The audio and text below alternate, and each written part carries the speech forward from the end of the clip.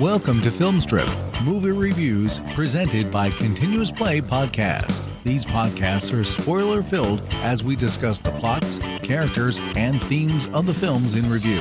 All content used or discussed in these podcast episodes is the property of the respective owners and used under the Fair Use Act, Section 504, C2, Title 17. Welcome to Film Strip. I'm Jay. I'm Kurt. And this is our review of The Killing, starring Sterling Hayden, Elisha Cook Jr., Marie Windsor, Vince Edwards, Joe Sawyer, Timothy Carey, Ted DeCorsia, J.C. Flippin, and Colleen Gray. Directed by Stanley Kubrick, released in 1956 on a budget of $320,000, failed to be a hit with audiences, struggled to get distribution in its day, however, met with a lot of great critical acclaim over the years. Kurt, we are starting our Stanley Kubrick retrospective with this 1956 entry, even though it's technically not his first directorial effort. Yeah, Stanley Kubrick is on the Mount Rushmore of filmmakers. Even if you don't like him, you have to acknowledge what he did for cinema. Even if 2001 was the only movie he did, that would earn him a spot on the mountain with guys like Hitchcock, Spielberg, or from all the way back to guys like D.W. Griffith. I'd argue he's the most influential filmmaker of the 20th century. Some might argue that, but I think there's so few directors that have a foot in every genre. Where you watch a particular genre of film and inadvertently you're reminded of a Kubrick film. Like Hitchcock might have the whole thriller genre tied up, but Kubrick has science fiction, Vietnam, World War I, horror, the Cold War, and so forth. And he is one of the greatest filmmakers of all time. However, his first movie, Fear and Desire. We're not really going deep into his first two movies because we both watched them. We both agreed there's not really enough to go into with like full bore podcast. No, because they are. I mean, Kubrick's first movie. It's weird saying he's one of the greatest filmmakers of all time, and yet his first movie really sucked. Like, genuinely, not just like mediocre. It's like it's like. Not a whole lot to say there, but it is kind of sad about Kubrick's first movie. But it really is not very good at all. It's very boring, poorly acted, and written. I couldn't really tell you what the plot of what the story was. Like, I guess it was him trying to make like a, the movie didn't exist yet, but like a Thin Red Line sort of art war movie. But it just kind of sucks. There's way more. There are way more amateurish directorial debuts that are actually better films. Like I would count, Kevin Smith's Clerks or the first Paranormal Activity movie, which were made for 50 cents. I can't believe you just put Paranormal Activity, Soul and Perry in the same. Look, I love the paranormal movies, but man, I didn't think we were going to do that today. Well, just saying how someone was with such a small amount of money. I didn't see what the budget is on Fear and Desire, but I'm betting it was more than that. I mean, the Paranormal Activity cost way less than Fear and Desire, and yet Fear and Desire it's just kind of lame. The good thing is though that Kubrick feels the same way as I understand it. He totally disowned the movie when he made it big, and he tried to destroy every copy that he could. Very Star Wars Holiday Special.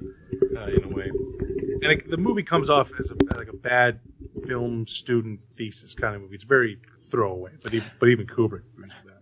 I think that's a good way to sum up those first two efforts. They're both like film student expressions. They were test runs of what were to come to be better ideas. And I would even argue with you that this one, in a lot of ways, while we're going to talk about maybe what it's influenced and things like that, there's really not a lot special about this particular picture. It's actually really simple. And maybe that's why it was chosen as the subject matter, because it wasn't something that took immense amounts of research. I mean, there's podcasts dedicated to the kind of research Kubrick would do. Our friends over at the Hollywood Saloon did that. Hollywood Gauntlets talked about it too. You can listen to those things. We're not going to try to get into those things. What I wanted to do with a Kubrick retrospective was to take the 10 feature films we've got from The Killing through Eyes Wide Shut and just go through them in a year. And you put him on the Mount Rushmore of filmmakers, and I certainly would agree with you that he goes there. But I want to see what do these things just stack up just as pieces of entertainment. what do they work? What works about them? What doesn't work about them? And are they worth going back to revisit? Because Kurt, you would be on the younger end of the demographic of people that listen to our show. And certainly we've got listeners even younger than you out there. And then we've got listeners, older than me, which if you ask Nick is really old. So I want to see what group these films are for, and if they indeed do work for all of these eras, and what is there about Kubrick that is so enticing to a film, and also maybe get into some thoughts about why indeed we only have such a limited bit of volume from him. I mean, he really didn't churn out, Spielberg's got, oodles of film for us to chew through when he's gone, right? And talk about I could even tell you there's 3 or 4 different eras of Spielberg. And then if you lump in all the producing credit that he's got, that's a whole other set of genre right there, right? But Kubrick really limited himself to the things he was most interested in. And I think you've hit on one of the big ones there was war. I would also say now from the upfront, one of the things we're really going to learn about Stanley Kubrick in these next 10 films is he is fascinated by the psychology of men. I don't think he cares at all for the psychology of women. If he does, he never really explores it in his films from what memory I have of having seen most of these. There's a few I haven't seen, but I've seen most of them. And particularly in these first 2 that we're going to do, we're doing this one and then the Kirk Douglas film Paths of Glory will be our second one in the retrospective here. And I think Kubrick's fascination with the psychology of men and what men do and what makes them tick and what makes them want to do what they do and all that is something that drove him through his entire life. Would you agree? Oh yeah, I would. And definitely thinking I haven't seen every Kubrick movie of this series. I'm going to be watching 1 or 2 that I haven't seen before, but definitely when I look at the films I've seen, he is definitely fascinated with. I never thought of it as specifically the male psyche, but that is definitely the case. But definitely just so many of his movies are about just the darkest reaches of the mind. And about the darkest urges of people, and for the most part, it's all centered around violence and violence, all different extremes of violence, whether it's sexual violence in Clockwork Orange or axe violence in The Shining or Full Metal Jacket. Yeah. I mean, we should tell everybody the 10 films we're going to do. And they're in this order: The Killing, Paths of Glory, Spartacus, Lolita, Dr. Strangelove, 2001: A Space Odyssey, A Clockwork Orange, Barry Lyndon, The Shining, Full Metal Jacket, and Eyes Wide Shut. Those are the feature films we're going to recover throughout 2017 as part of this retrospective. And we're going to go through them in order. And I think one of the cool things for me that will be to catch up on is, one, the recurring players that happen in his films, because they do change over time. But also that we've got one film in here in particular that's had a remake and another one that's had a sequel that he wasn't involved in. And so we won't review those per se, but we'll get to talk about them. And The Shining will be a new thing for me because I've never, in all the years of doing this podcast, I've never reviewed something twice and released it twice. So having done The Shining with Nick years ago as part of the Stephen King retrospective, I'm going to be watching it for the directorial side this time and see how it looks just through that lens, because we spent so much time on that podcast just really talking about the characters and the story because it was a Stephen King retrospective. Now this time it's Stanley's time, but we're a long way away from The Shining.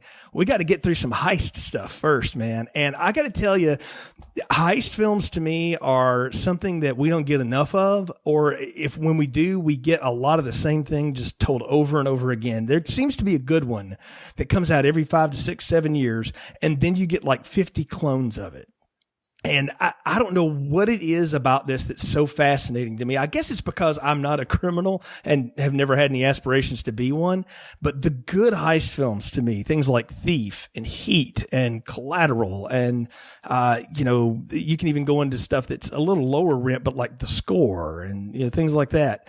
I think the thing that really makes me like them is all the intricacies of it and how neat it is to watch these people plan this thing out and then execute it. And, in the 1950s, heist movies, noir films, this is the heyday of noir films, the 1940s and 50s. So why not do a noir film? Oh yeah. I've always been a fan of the good heist films. And you're watching a good one when you're feeling anxiety about the crime at hand. Because heist films, when it's about stealing something, it's a little easier to get involved in when it's not centered around killing people. Yeah, it's about stealing money. There is just it's like almost like watching a game show or something. You even if you have nothing to do with it, you want the players to succeed or fail, whatever the case may be. But when you think of definitely in this movie, there's tons of moments. There's towards the end of the movie, the anxiety I feel towards the end of this movie with regards to just the getting away with the money. It is almost the same. It's almost more than anxiety I feel than watching a war movie or a horror movie, and I don't know why that is, but Well, it's because you're dealing with something that's very physical. In a horror film, you're usually dealing with the supernatural in some way, right? And in a war film, unless you've been in war, it's hard to relate to that at all. But you can relate to the idea of being in a bank and trying to get out before the alarm hits, because we've all tried to finish the test before the bell rings, or we've all done that deadline in a place that we can go to. You and I right now can walk down the street and go into a Bank of America, and see what that looks like. You can go travel to Hollywood and go see the places where the North Hollywood shootout took out if you want to. I'm sure the bank would like for you not to loiter, but you can go check that out if you want to. That those things exist. It's hard to go where, Jason murdered people, because those were shot in a lot of different places. If you're ever in Alabama, I can take you to one of them, by the way. But I know that one. And it's hard to go where, war movies take place. You can go visit Normandy and things like that, but it doesn't look like it did in 1940, So I think this is because it allows us to avatar into a world that we don't usually get into. And, noir films were always told from the point of view, or not always, but they were generally told from the point of view of the bad guys, right? The criminals who we were supposed to somehow or another relate with and root for. We talked about that when we reviewed Heat back with Ron a couple of years ago, that one of the neatest things about that film is that you can really choose the cops or the robbers, and you can appreciate both of them because they're both sets of them are incredibly good at their job and all the procedures that they go through. And that's one thing that Michael Mann really laid out. And I even saw a little bit of that in this with Kubrick, and the amount of time that was spent on the planning part of it and the details and things like that. Because this movie is not really extravagant. There's not a lot of big sets. There's almost, very few visual effects. There's none of the Kubrick camera work that maybe you would come to know and appreciate from anything that's coming up. Just rattling off that next list of films we're going to be doing, this looks nothing like any of them. So what I'm going to be trying to get out of this is, what are the story elements that I think I might see a repeat of somewhere down the line. And then again, like I said at the beginning, is this even worth it? This movie is 1956. We're talking about something that's 61 years old as we record it. And, my eternal question is it worth the trip going back to? Oh, well, I think it is. This is, I think one of the if I were going to give this movie a tagline, it would be now we're talking, as opposed to, when I'm talking about Kubrick movies, because in his first movies, Fear and Desire and Killer's Kiss, yeah, which is not a very great film when it's tacked on as a special feature on another movie's Blu-ray. It's literally a sticker saying also included Kubrick's film The Killer's Kiss. But this movie is Kubrick's real first movie, kind of like how Alien 3 doesn't count. 7 is Fincher's real first movie, his first genuinely good movie. And again, much like with Killer's Kiss, this it's a very staple kind of crime movie plot. In this case, just guy wants to rob a racetrack. That doesn't really get much deeper than that. And the movie is a very classical, old school noir crime movie. It's one of those older movies where no one in it looks like they're under 40, even if they are. That's just the way it was with none of the men, at least. Yeah, definitely. And I first saw this movie probably 2008 or so. I bought it and Paths of Glory on DVD at the same time, and I watched them just to tick off some Kubrick movies. And I enjoyed the killing a lot. There's a great cast in this. Everyone in this movie, the guys certainly, have that grizzled or crazy character actor look to them, like Sterling Hayden, for instance. A critic, Chris Gore, he said this about Lawrence Tierney, who was Joe in Reservoir Dogs, and it applies here. Like, you look at Sterling Hayden or any of the guys in this movie, and you realize they don't make faces like that anymore. No, they don't. Sterling Hayden's from a bygone era. He's 6'5". He's got that huge head, those big hands. A lot of people may know Sterling Hayden, especially film fans, love him because he was the dirty cop that Michael Corleone shoots in The Godfather. But I knew Sterling Hayden from his Western days because my dad's a big Westerns fan. So growing up, in a land where we had Turner Broadcasting Station, TBS, he ran a lot of Westerns like Johnny Guitar and some of that other stuff. And so I had seen Sterling Hayden in things. So I didn't see this film until many, many years later. I know I've seen pieces of it here and there, but the first time I sat down and watched it start to finish was for this review with us. So this was mostly new to me, but I knew I'd seen it. But guys like Elisha Cook Jr., I mean, they don't make faces like that anymore and put them on television at least. Now, I'll argue that Vince Edwards and Mark Ruffalo are somewhere or another related to each other, and that we need to get Ancestry.com on that. But we'll get to that in a bit. But no, it is a different era of Hollywood. The women too. Look at the two females, Colleen Gray and Marie Windsor in here. They are a different level of Hollywood. It's like L.A. Confidential Hollywood. That's the part of the world they're from. Maybe with the women, with casting women in movies, maybe that's more or less stayed the same throughout all of Hollywood, for good or bad. But definitely with guys, it's just like, I don't know when it happened. It had to be sometime in the 70s or 80s. They just stopped letting ugly looking guys in movies. And hence, they, and whenever you do see a guy whose face really stands out, I think of Michael Shannon. Specifically, like you look at him, he has that look that, like Elijah Cook Jr., like he has those psycho eyes, and every time you see one of those guys pop up in a movie or nowadays, they really do stand out, and it's a bit of a flashback. Think about like Philip Seymour Hoffman was one of those actors for us. He's a character actor, definitely had a look about him. You recognized him when you saw him. Joe Pesci's another character actor that if he had come along in a different time, don't know if that would have worked. It's different. We started replacing Al Pacino and Sterling Hayden and all that with guys like Tom Cruise and Mark Hamill and, the Harrison Ford, who's a little rugged but good looking. Dennis Quaid, who's the knockoff Harrison Ford, I'll argue, and things like that. And that's come and gone. You're right. The thing about this is that I don't have any problem. Part of it is it's so old that it's a time that I didn't live in or have connection to, so it's easy to put it out. But I'm also, when you look at faces like this, when you populate a cast with character actors, is you immediately ask me, the audience member, not to pay attention to the people, but pay attention to what they do and what their story is and their actions. You don't care how they look, and I shouldn't either. I'm supposed to pay attention to what they do.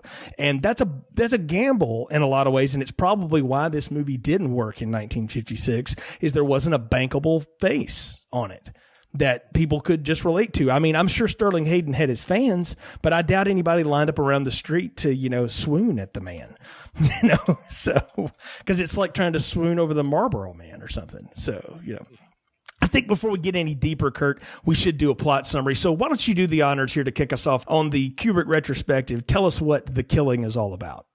Sure thing. Johnny Clay is planning to steal $2 million from a racetrack before running off with longtime girlfriend Faye and settling down for a life outside of crime. It's the whole one last job thing that seemingly every thief in a movie attempts, and I think pretty much none of them really succeed at. To pull off this daring heist, Johnny has enlisted several men to play a role in the scheme. 2 work at the racetrack, George and Mike. They are in it for the women they love. Mike wants to care for his ailing wife, and George wants to give his wife, Sherry, all of the things he think will please her. However, she is running around on him, two-timing, as they say, with Val, and together those two plan to rip off the money after the robbery. There are a lot of non-linear twists and turns, but the heist goes just as Johnny planned it, except for traffic makes him 15 minutes late to the meetup to split the cash, where Val bursts in holding a shotgun on everyone until George emerges from the back, and in a hail of gunfire, Val kills everyone else in the room, but is shot dead by George, who himself gets shot in the face and survives for a time. George makes his way back home and shoots his treacherous wife before he succumbs to his own injuries, and tries to take a parrot down with him. Johnny sees the wounded George step out of the meeting place and decides to stuff the money in a hastily bought suitcase so he and Faye can fly away together. Johnny is unable to take the large bag onto the plane when it topples off the luggage rack and the money blows all over the runway. Johnny does not resist the police, who catch out to him before he and Faye can leave, and they draw guns on him as the credits roll. Wow, when you lay that out, it doesn't sound all that entertaining. I'm not going to lie. You write it out about like that, it doesn't really sound that engaging. It actually sounds like the way it would probably go down in real life, and maybe that's the point. It's kind of and then scene. Look, this is about the veteran criminal who's like, I'm gonna do one last job, like you talked about. This is one last thing, but he's serious about it. Like, this is it for him. He's ready to go to the point that he's like walking away from every bit of heat coming around the corner, right? He's ready to blow until it's finally too late. And the fact that what gets him is crappy service at an airline, I think is funny even in 2017.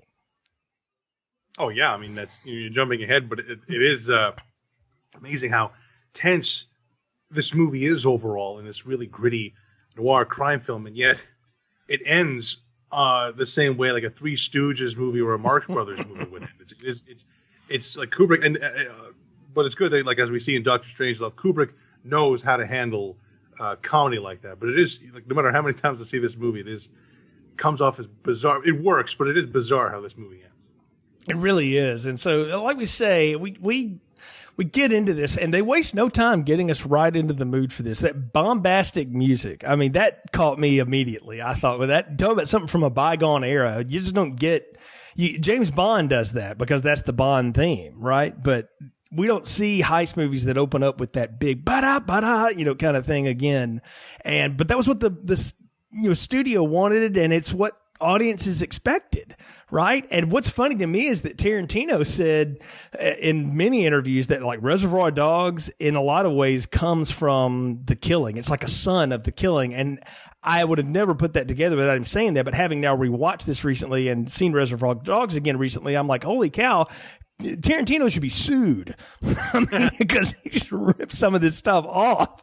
But really, that's the fun thing about this movie is that when you watch it, and if you hear us talk about it, you're like, it doesn't sound all that great. But if you watch it, what you'll catch yourself doing, I think, is what I did the whole time, Kurt. I just sat there going like, that's like that thing in Heat. That's like that time in Thief. That Ocean's 11 stole that. No, not the Rat Pack one, the Clooney one. And, like, back and forth, I was connecting this movie to so many other heist and, noir films that I'd seen. Oh, yeah. That's like I'm saying with Kubrick being the most influential director. Like, like 2001, like, plot-wise, almost nothing happens in that movie. yeah, the computer kills them all. Spoiler alert. So, that's about it. Yeah. When you watch any other movie set in space, like pretty much all of the movie Gravity, you can't help but think of 2001, and it's like that with a lot of Kubrick's movies. Even if they are sparse, you can't help but think of them after they're over. Yeah, it definitely has fingerprints that land in a lot of other places, which is kind of neat because this is a criminal film, right? But let's just talk about the characters and kind of run down them.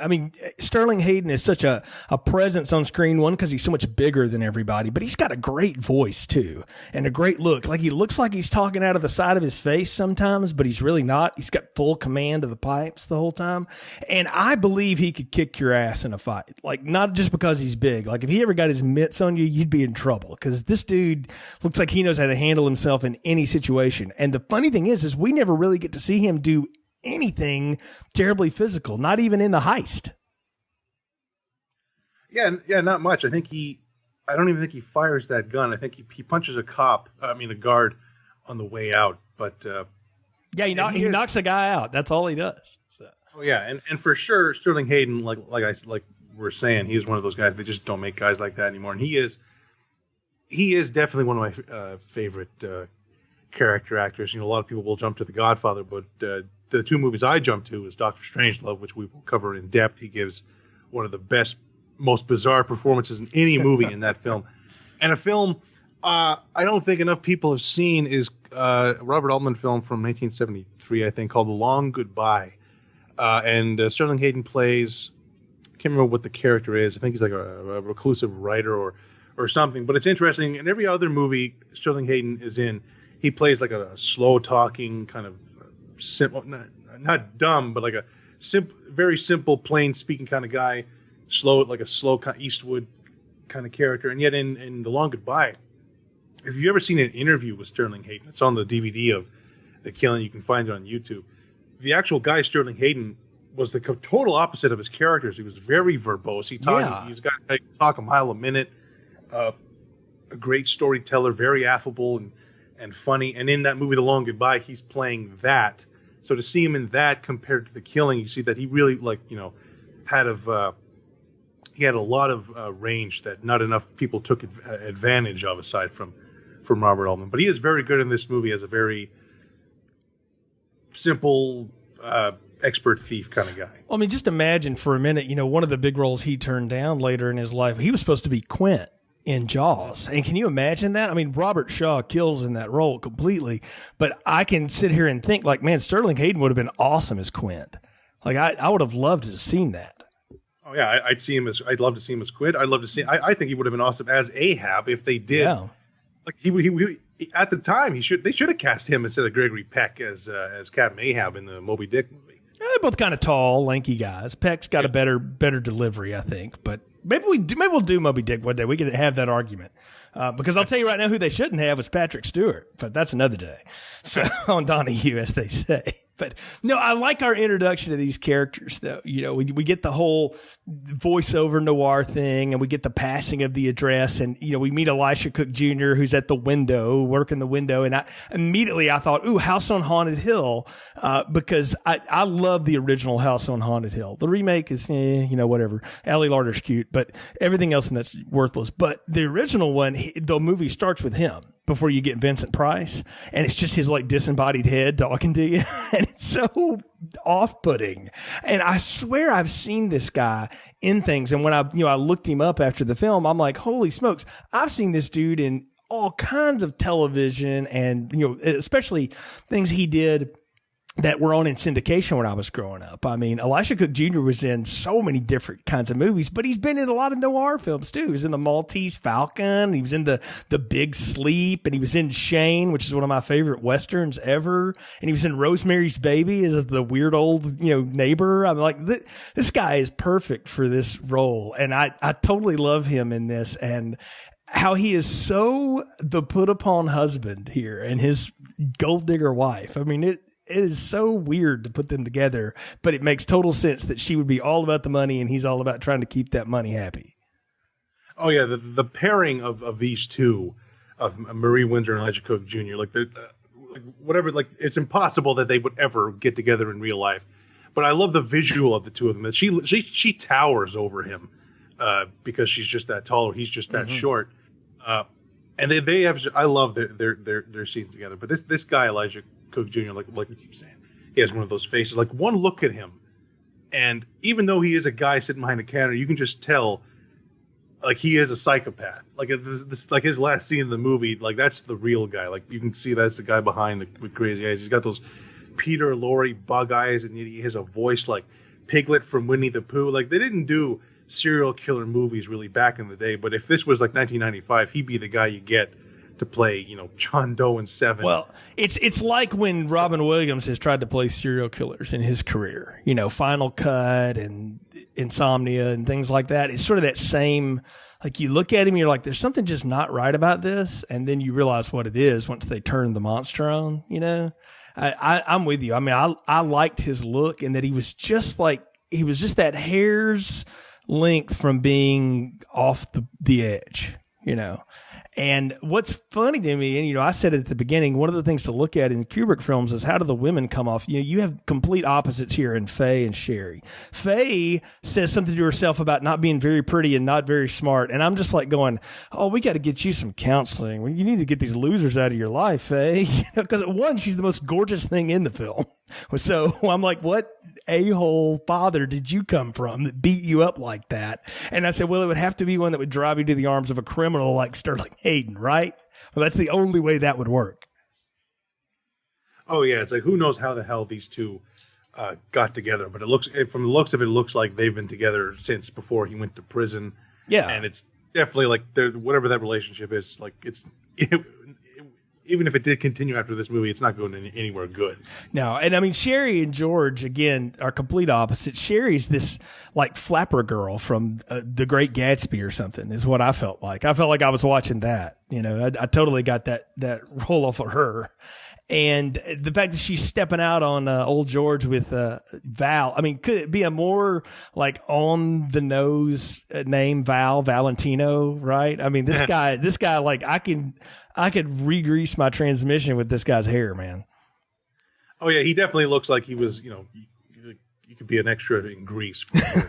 Well, maybe Grease too. Let's not be that. I mean, you know. So, but yeah, it's the same thing. And like I said, am I not wrong? Val and Mark Ruffalo are somewhere. They have to know each other. Vince Edwards must be related to him in some way because they look so much alike to me, or at least maybe it's just the mannerisms. I don't know, but he really gave me, like, I got a Ruffalo thing off of him, and maybe that's just what Ruffalo does, but I don't know. I got more of a Treat Williams vibe. Man, that's a different vibe. So it's a low grade B action film, huh? Okay, so might as well. So, I mean, well, this guy was in a movie called Return to Horror High, so I mean, it's not like he became some great, but he worked he worked really up until his death. So I mean, he worked a long time. So it wasn't like he was unknown. But no, I like the. You know, if there is a love triangle, we have this is that Faye is nothing without Johnny, she feels like, and Johnny's like, I got to have enough to be able to take care of us so we can get away. And George is all about this because he's like, if I have all this money, then I can keep my woman happy. You know, it's that old adage, right? And I mean, I get it. You know, these guys are going to rob this for really the same reason, for the women that they're going to take care of. They're even going to employ another guy who's trying to take care of his sick wife along the way. So it's all of these men that are these macho, bravado, hard criminals, but really they're doing what they're doing because of the love of a woman. And I found that fascinating. Oh yeah. The character of Mike, the bartender, that was one kind of flaw as far as like telling a story is they totally abandoned that. The idea that he was looking after his wife, and after he's killed, we don't find out what happened with because that story of a guy, taking part in a heist in order to help, like we've seen guys try to pay off gambling debts or something, but it's one thing he's doing this for hospital bills. It's the Breaking Bad story or whatever. Yeah. So that's an underrated part of the book and the screenplay. Yeah, it's something that's not there. Now, did you read the book, the source material this is based on? I have not. Okay, I haven't either, but I understand it's pretty well adapted for the most part. That's something we should mention. All of these Kubrick films, they start out as books, and then they become his movies. And we talk a little bit along the way about how closely they resemble each other. But from what I understand, Clean Break from Lionel White and this aren't that different from one another. That it's a pretty good adaptation. Jim Thompson did the writing, or is credited as the writer on this, and he's a crime fiction writer, worked for a number of years. But anybody who knows anything about Kubrick films knows that his hands get on the screenplay, right? Like that's not an unknown thing. We're not revealing great information by saying that, but it should be worth saying that Kubrick gets the typewriter out when he's making a movie. Oh, for sure. And his first two movies, I don't think he wrote Fear and Desire, but the only movie he wrote 100% on his own was Killer's Kiss. And I don't know, I'm not sure how much influence he has on those screenplays. It's always with someone else. I'm guessing the other guy handles the meaty bits of character and dialogue. Because you watch Killer's Kiss, there's like Kubrick isn't really much of a screenwriter, but he definitely has a hand in all the stories. Yeah, I mean, his touches are all over it. But again, it's a pretty simple story. I mean, we've told you everything about it. The neatest thing about this is how it unfolds. Is we'll see a scene and then we'll see what happens before it, and then we'll see it again. So it makes much more sense. Which that's the Tarantino thing, right? Is that you tell things out of order and then the audience has to figure out how to put them together. And I could see in 1956, if you did that to people would be pissed, right? Because they wouldn't know what the hell happened half the time. Oh yeah, that's that's a Rashomon thing. That's very much a European thing that absolutely Americans would not be ready for. Is that sensibility a North American thing? Is it a Western thing, or is that a European thing? Like, where does that come from that we don't have the American sensibility of we don't have a lot of patience for nonlinear storytelling? I'm not sure, but I definitely know I can't remember where I read this, but someone summed it up how there's like the different generations of filmmakers. Like there was the guys who invented it, and Kubrick is a part of the generation that was influenced by the guys who invented it. And Kubrick was apparently a huge movie buff. He would watch anything, and he definitely would be a huge fan of foreign cinema, and that that's a big influence on his work. Guys like whether it's British guys or Italian guys. So he would definitely that's where his sensibilities would come from. That makes a lot of sense then. So the thing that I like here too is that this movie's 85 minutes long, and it really wastes no time getting us right into the meat of this. Like we get the character motivations out of the way early on, and then we get Johnny going over the plans. And I wrote down in my notes, I was like, this is my favorite scenes in the Ocean's 11 remake film are all the ones where they're planning the thing. Because it's mostly just voiceover of Brad Pitt and George Clooney, but I love watching like people put stuff together and it's all techie and they're figuring out what they're going to do. And you got this guy planting a bomb here in the sewer, and you got this guy over here dealing blackjack, and, the Transformers are over here, and there's a Khan brother over there. And, there's all that stuff. I love that kind of stuff. And I actually got so into this that they're going to rip off a racetrack for $2 million. And I said, wait a minute, what would that be like today? And I looked it up. It would be almost $18 to $20 million worth today, which when I further looked it up said that would be a racetrack that would be failing. So they, so they would actually be, probably going after a lot more. And I got to thinking, I was like, man, $2 million today, that's still a lot of money. And I would be like, holy cow, somebody, ripped off something for $2 million. But that's like ripping off your local Build-A-Bear maybe, or something, at the end of the week or something. 18 million, 20 million, that's a heck of a heist, man. Like the job they're going to pull is by no means like just knocking over the local convenience store. And I think that's one of the things that in translation from, to modern audiences, you got to understand that was a lot of money in 1955. Oh, for sure. And that is something about this movie. I don't know if I haven't seen a lot of crime films from before this time, so I don't know how many heist films there have been. But I definitely know that it is unique that they're ripping off a sporting event, supposed to a bank or a casino. No, I do think that's kind of neat. And the part of the thing that I liked about this was I took the reason that they chose this place is that it does seem like it's out in the middle of nowhere off of a road they can get to. I mean, we're talking about 1955. Eisenhower's interstate system is not a thing yet. The thing that we take advantage of in America now, and the fact that that you can really get between anything pretty fast in this country, that great interstate system, that didn't exist back then. So if you had an establishment like this that was a little bit off the beaten path, and this one certainly looked like it was, getting away from it wouldn't take you that long. And I liked that element of it. And I think that's why they chose this. They never really come out and say, from what I remember, as to why they chose this racetrack, do they? It's just, I think because George has the inn there, and Mike's working the bar, they've got people there. It's convenient. Oh yeah, and definitely, it is pretty low tech. I mean, aside from the cars, it's about as complex as as something you would see in a Western. Like basically, all it involves is throwing a bag. Like there's no security cameras. There's no. I don't even think there was an alarm. All they got are phones. Yeah. It is very low tech compared to, like today you would need at least 3 different characters to play the hacker guy at the computer just to trigger the alarms or so forth. Oh, right. I mean, well, look, even in 1985 or 86, whenever Beverly Hills Cop 2 came out, there's part of that movie where they rip off a racetrack, And I remember that distinctly. And I was thinking about that watching this. And I'm like, man, you had, Brigitte Nielsen standing over there in high heels and a 44 Magnum going, 15 seconds. Goodbye, Mr. Christ, or whatever the Dean Stockwell's name was before she blew him away. And I mean, really, spoiler alert. But I mean, really, I thought, man, there's so many films that have borrowed from this. But the thing that this one has in its favor is that they don't have to worry about alarms or the GPS going off or some idiot with an iPhone over to the side. And what I love is how the patrons react and the other people, once they realize they're getting robbed, like they don't even have a chance to pull guns. These guys are on them so fast and put them all down so quick that there's no muss with any of that.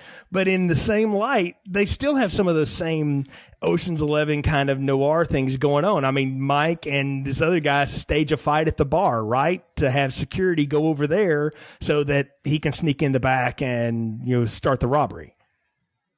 Oh yeah, gotta talk about this guy. I can't remember, I don't know how to pronounce his name, but Kola Quariani. Quariani, yeah. He was a wrestler from what he was. Nick the Wrestler was what he was known as. Oh, yeah, and he's awesome in this. I was stunned to look him up to find out this is the only film he ever did. And it's like if he was around in maybe 10 years later or something around today, he'd be the go-to guy for a tough guy, hulking actor. Like he's good in this movie and physically he's pretty crazy. He actually would have been perfect casting as the character of the Kingpin in a Daredevil movie with even the European accent. Like the character didn't exist at the time, but he would have been great for that. And I think of him when I look at him, especially when he gets his shirt ripped off and he's in the middle of the brawling. He looks to me like an older Dave Bautista. Yeah, he's got really good. Yeah, he's Dave without all the enhancements, shall we say? But he's an old school tough man. He's George the Animal Steel just recently passed away as we're recording this podcast in 2017. He looks like that guy, and that's his era. The early parts of that, Bruno Sammartino and all these guys that when professional wrestling was it was still a show and it was a business, but it was not the cartoon that we all know it is now and the soap opera. It was about men who could grapple and literally could knock each other out just by squeezing your head until you couldn't breathe anymore. I mean, this guy, like if he ever, got his hands on you, I feel like he would probably break you in half. Probably the only guy Sterling Hayden couldn't beat up in the cast would be this guy. And, I loved him too though, man. I was with you. I'm like, he would be a great heavy in just about anything else if he had come along maybe 15 years later. Like imagine all those dark 70s films like French Connection and all that kind of stuff. He would have been great as a heavy in all of those. And I liked the fact though that Kubrick had the idea of we need somebody that can stage a fight well. Let's just go get a professional wrestler. I mean, they know what they're doing. And from what I understand, that's exactly what they told Cola to do, was like, just do whatever it is you do. And as they found out more about him, they're like, he likes to play chess and he's, he's really intelligent. So they wrote all this other stuff for him to do because it showed a different side of him. And of course, when, his big scene is the fight. Oh yeah. And he's definitely doing all his own stunts. And that particular scene, that's the most at least at that point in the movie, the most explosive, violent scene. And Kubrick in all of his movies, this one included, and Killer's Kiss, the way he does violence in a way, even when there's no blood, he just does violence in a way that is just so intense and brutal. Like that when just with him, Maurice knocking guys into the wall, the way they're slamming against the floor, it just has so much more. It is so visceral,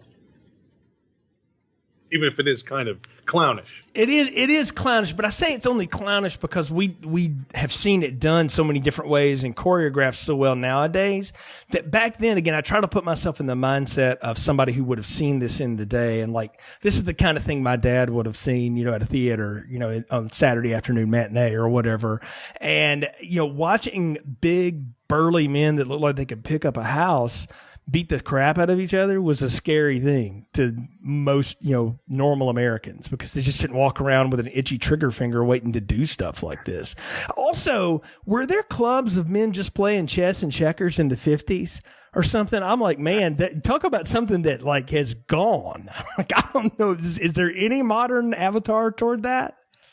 I don't think so. You can barely keep an internet cap. Yeah, they don't even have those anymore, right? Now, if I don't have Wi-Fi in the Starbucks I'm hanging out in, I'm mad, right? So, I mean, I'm at my nephew's birthday party a couple weekends ago, and they promised free Wi-Fi at the roller rink, and come to find out there was no Wi-Fi to be had. But they played Kool and the Gang Celebration at least 38 times, so at least we had that. But no, I mean, really, like those kind of things are the nice touches about this film, though, that the scenes mean nothing. Like they kind of set up the wrestler. That's the idea, is we set up Maurice by the chess playing club or whatever. But there's no other reason for that to exist other than just to show the atmosphere of it and to keep this idea that there are things that men go and do that are different than what they do when they're at home, right? And that men need this place to do these things. And I mean, what a different world, right? Like there's all this backlash nowadays on guys that have like the man cave, and that kind of thing. And I don't know. I just think about like, how would that play today at all? And I don't know that it would. Yeah. And it is a great side of that character that, it'd be interesting. Like, it makes me wonder exactly what his relationship with Johnny was, whether he was another heist man or if he actually was like, whether the character is a wrestler. But it is like and how he came to America is bizarre. He is like a pretty fascinating character. Well, you remember the Ocean's 11 with Clooney when he's supposed to be getting beat up by the guy with the tattooed head, and it comes out that like they're friends and all. I kind of took it that it was just, you need friends in low places, as Garth Brooks taught us many years ago. And so sometimes you call on that friend to be like, hey man, do you want to make a few bucks? And you make it work. And the fact that he's got all this set up, I mean, he sets up the bar fight. He sets up a guy to shoot a horse with a rifle, and talk about like a way to set up a distraction at a horse race, gun down a horse. And I mean, I've been to horse races. I've seen them. I've never seen one crash and wreck, but there's plenty of highlights of that out there. But can you imagine someone pulling out a 30-30 and dropping, the Secretariat as it's coming around the corner?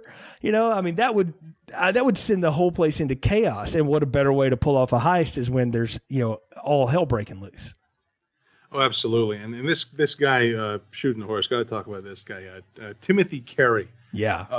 One of the most unique, bizarre character actors ever. Apparently, Tarantino wanted to cast this guy as Joe in Reservoir Dogs, but he didn't because he heard he was so crazy. And ironically, Lawrence Tierney apparently was even crazier.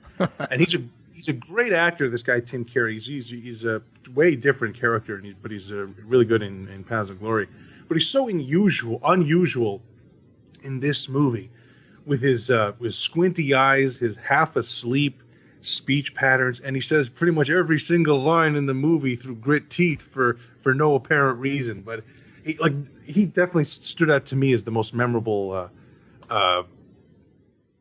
Just like, even never mind the character, just guy in the movie. When I come out of the movie, I just think, God, that guy was bizarre. Oh, he was. And the scenes he has with James Edwards, the parking attendant who's African American and the only one in the film or whatever. And like the fact that like he befriends him for a little bit and then he just turns straight racist on him.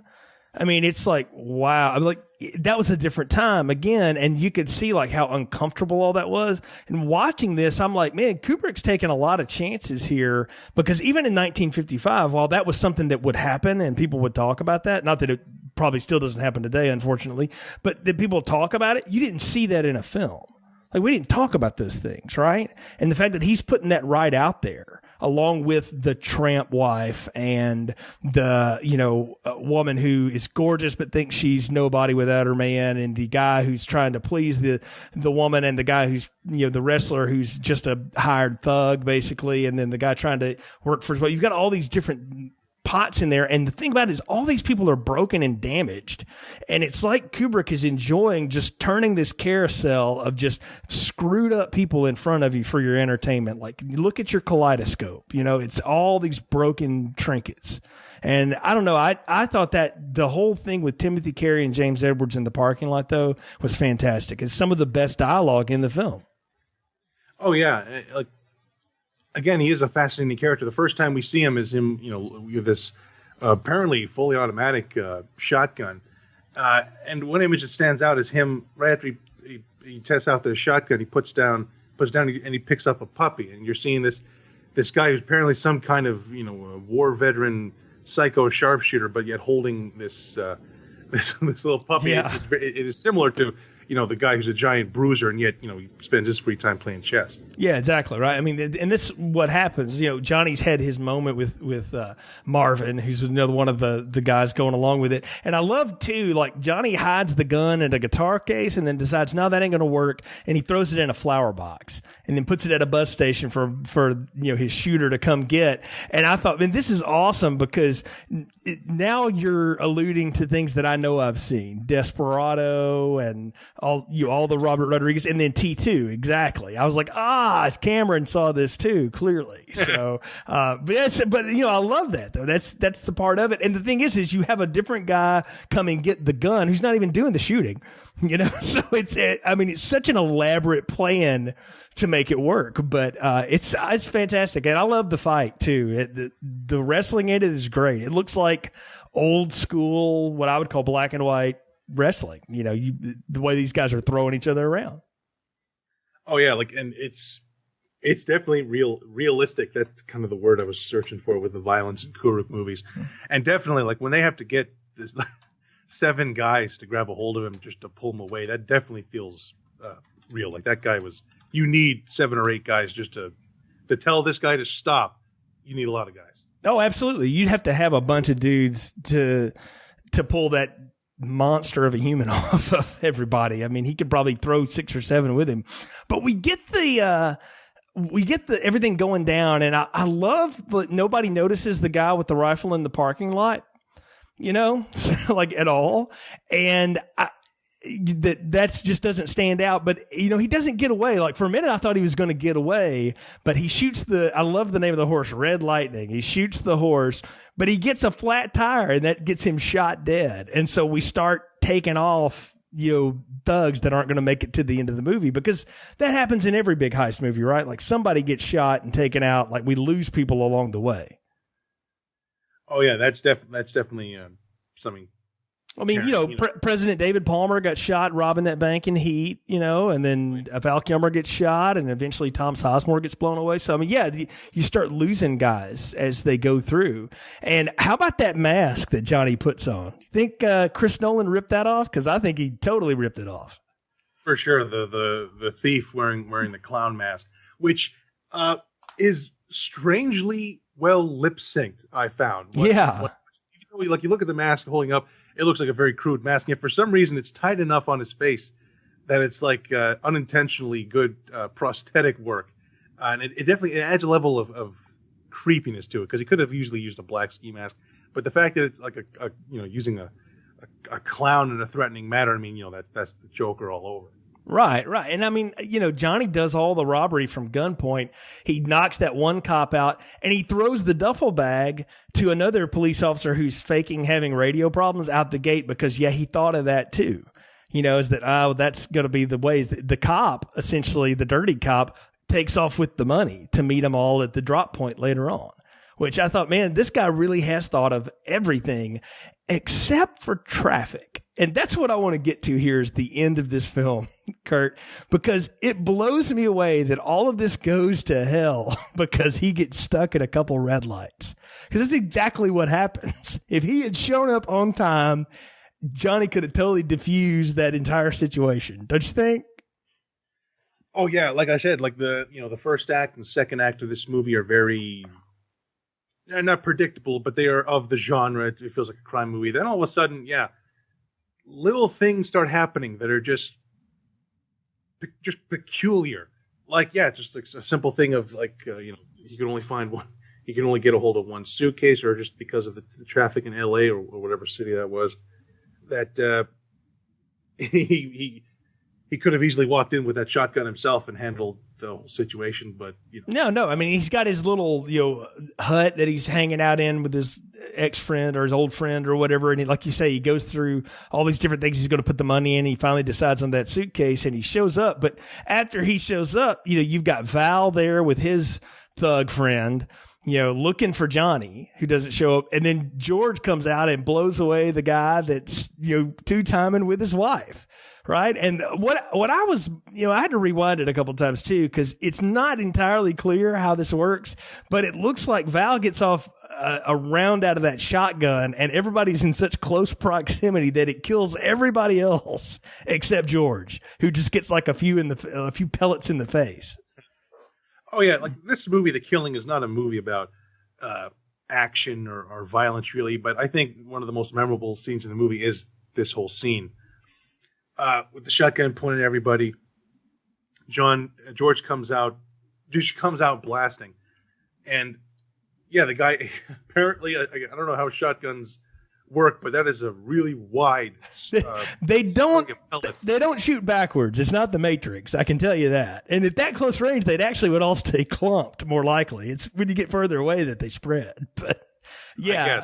Yeah. You know what? That's the funny thing. We haven't even talked about it. This movie's called The Killing, and this is a terrible title for this. So why not just call it Clean Break? Holy cow. This is an awful, awful title for this film. It's got nothing to do with anything that happens.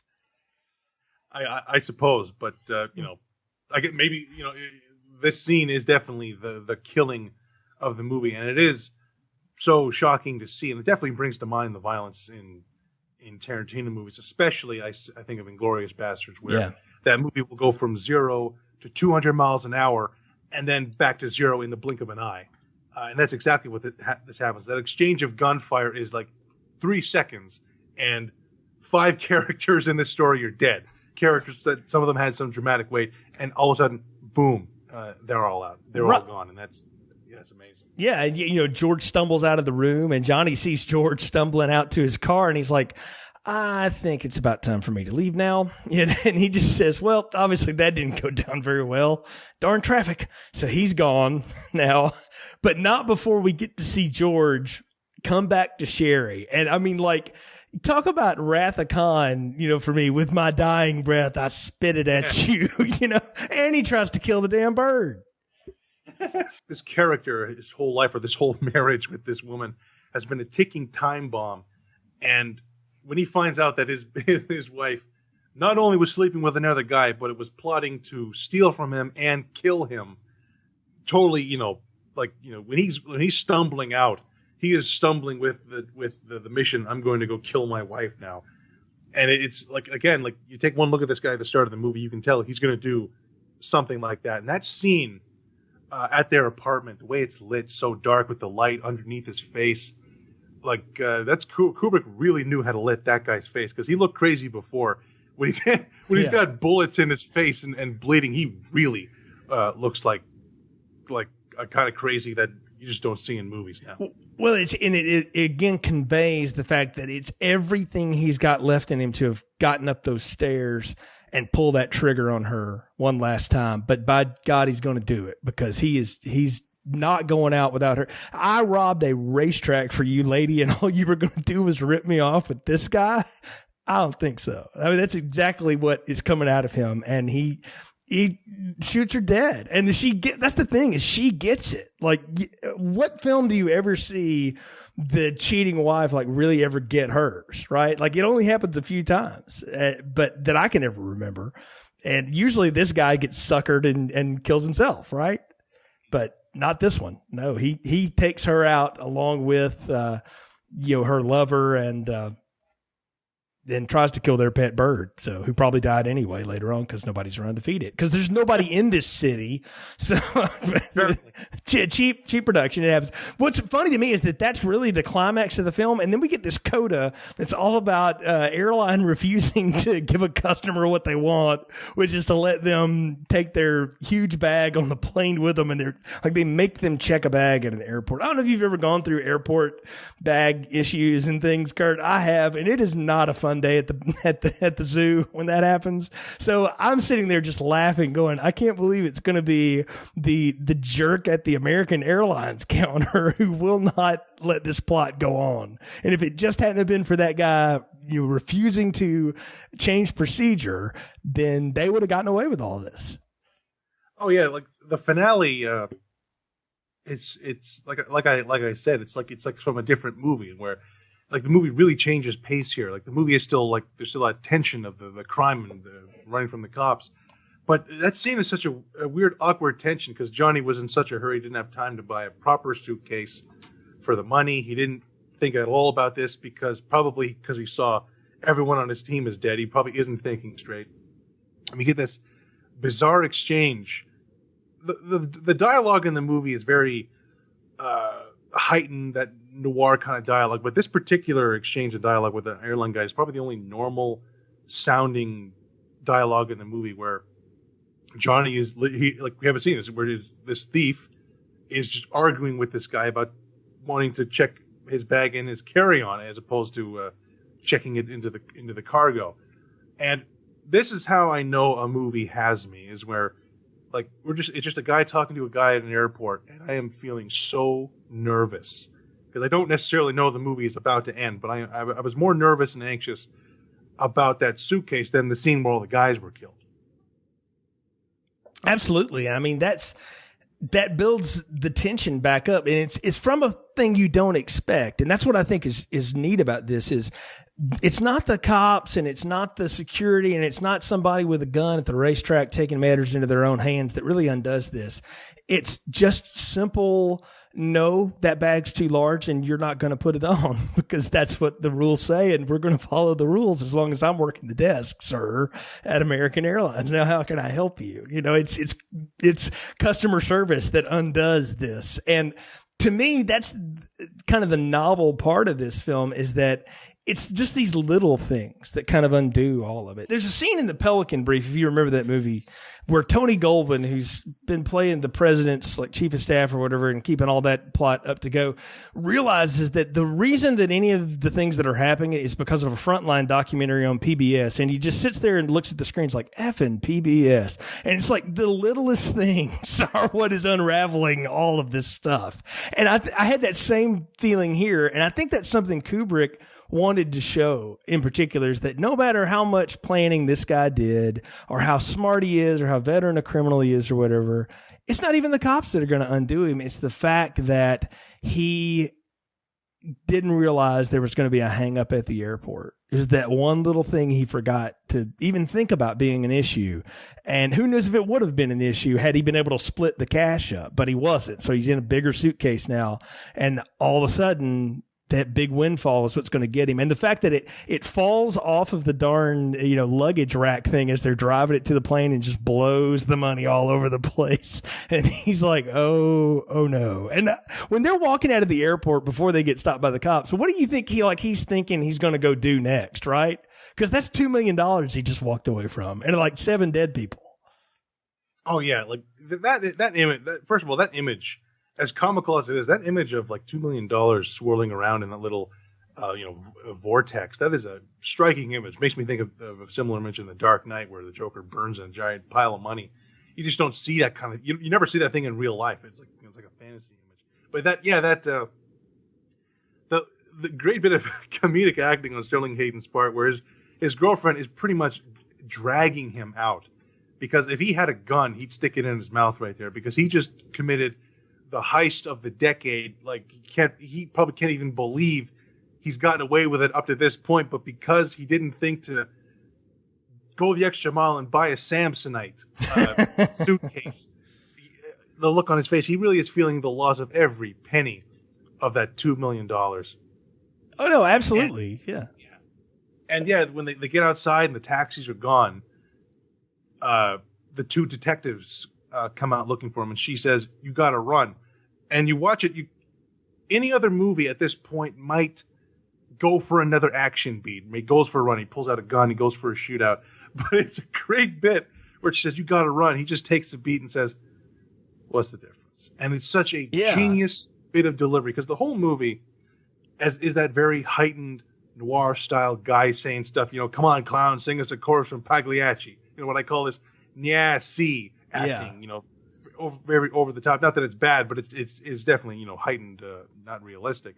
But that delivery Hayden has is so casual and defeated and so real. It's definitely my favorite moment of the movie. Like I said, it's just so weird for this gritty noir movie to go out on this. The whole movie is tense and gritty, and there's guns and violence, and it has a total Marx Brothers ending that you do not see coming. If handled poorly, it could be absolutely laughable in the wrong way. Like literally, a little poodle runs out, makes the baggage handler jerk the wheel of the cart, and that's what makes the money spill everywhere. It's so silly, and apparently this was created for the film. I don't know what the ending of Clean Break was, but apparently they came up with that because they weren't satisfied with the ending. It was like, what will be an interesting thing? It's like, how about, well, he buys a crappy suitcase and loses all the money that way. And that's what they went with, and I think it's an outstanding ending. No, it's the perfect ending, and you've nailed it. The best thing it ends on is that great line. What's the difference? Just that defeated, like, it's kind of funny, but it's also just like pathetic. It's like this guy's like, who cares? And I think you've nailed it. If she wasn't standing there, he would have just jumped off the nearest train track, because there's nothing left, for him. He's done, at this point. And boy, what a tangled web, but it ended all at the airport there. So, well, let's see what we finally think of The Killing besides its horrible title here, Kurt. It's time for final thoughts and popcorn ratings. If you're new to the show, folks, we rate everything on a popcorn size scale. Extra large means really great. Small means not so much. So what are your ratings for The Killing by Stanley Kubrick? Well, The Killing, is a very simple movie in the end, certainly compared to Kubrick's later work. It's probably his easiest movie to watch. It's not very unpleasant like his work would be. It's not a very deep movie about the psychology or philosophy like other his films might be. It's a nice and short and simple story about a bunch of guys trying to rob a racetrack. That's about it. Everything about the movie is very, I can't think of a term other than by the numbers as far as like a heist movie goes, but it might be by the numbers. It's very good, but it is like a heist movie. But then it's that final act where where it takes a turn that you just don't see coming. And I don't think, like I said, like if handled poorly, there's no way you could end Ocean's 11 and at the very last second they accidentally blow up the van with all the money or something like that. Like you just can't, like Kubrick, I can't believe he ended such a gritty movie on such a silly note and made it work and made it genuinely funny, and where you feel so bad for him. Like you feel the emotion that he's feeling, what's the difference thing. And it's got this great cast of those character actors. I wish he did work with more of those guys again. He worked with Sterling Hayden again. And he worked with Joe Turkel again to great effect a few times. And it's got that nice old-fashioned, when done poorly, it might come off as dated, but that heightened noir sensibility is very well done. And what's important is that, it is a very good movie. And this is the movie that really paved the way for Kubrick to do his thing. And after Paths of Glory, it's like, right there. He's in the history books with that movie. But this absolutely is an excellent film. It is one of the best heist films, much like with 2001 influencing every science fiction after. This movie definitely influenced every heist movie. And I think it's amazing, and like gets an extra large popcorn from me. I'll say this about this film. It's not that grand. Its scope isn't that great. But I do think it's one of those, kind of like the way a film like Psycho is sort of horror homework, or the original Texas Chainsaw Massacre. Like, you need to have seen the first of things, or maybe even like the original Halloween or Friday the 13th or whatever. Like those films just mark a spot in a genre that you need to know. And if you like heist films, if you like films like Thief and Collateral and Heat, and you even like Ocean's 11 and that kind of stuff, you like, or The Italian Job, or any of those kind of films, Lock, Stock, Two Smoking Barrels, all that stuff, I think you owe it to yourself to see The Killing, because again, you'll see so much stuff that got used again. If you're a Tarantino crime film fan, you'll eat it up because it's perfect, for you, because he'll tell you, he pulled it straight out of there and you can see it. It makes a ton of sense. as far as just raw entertainment value, the fact that it's 85 minutes gets it more of a pass than anything. It's pretty easy to go down. Like there's not, a ton there. I'm going to tell you now, you're probably going to be like me and you watch the female characters in this and you just want to hit yourself in the head, because it's like the one that's too pretty to not be smart enough to realize, she's abusing herself. And then the one that's a complete, hoe on the side and probably deserved to be shot in the end. I shouldn't have said that. That was awful. But she was a 2-time and, loser, right? So, she just was surrounded with them. The women in this film are not very, engaging or interesting, but the men are. And particularly Elisha Wood Jr. and Sterling Hayden. I really think both of them are fantastic in this, and it's definitely worth a look for that. I can't give it full extra large popcorn though, because I don't think it's that great, but I do think it's good. And so I'll give it a large popcorn. It's barely on that large for me, but it's just enough, probably because that ending is so absurd. But it's perfect, for it. It's like, it's so absurd because it's so normal. And that's what I like about it more. So it definitely one that I'm glad I watched, and I'll certainly add it to my collection and watch it again. So folks, if you haven't seen The Killing, you can rent it for $2 on Amazon. Waste no time. It's on Prime. Go check it out. Definitely something to look at. When we come back next time, man, we're going to go to war, with Kirk Douglas, Paths of Glory. I'm really excited to talk about that film. I certainly have a lot of thoughts about it. I know you do too. We've talked about it offline, but we will be back soon to talk about that one in our Stanley Kubrick retrospective as we continue that throughout the year. Of course, folks, you can find all of our episodes on our website, continuousplaypodcast.com/movies. Catch up with us on social media, and now you can download us on iTunes, Stitcher, and the Google Play Store. So check us out there. Leave us a review on those places. It helps other people find the show. We appreciate your support. Until next time, for Kurt, I'm Jay. Thanks for listening to Film Strip.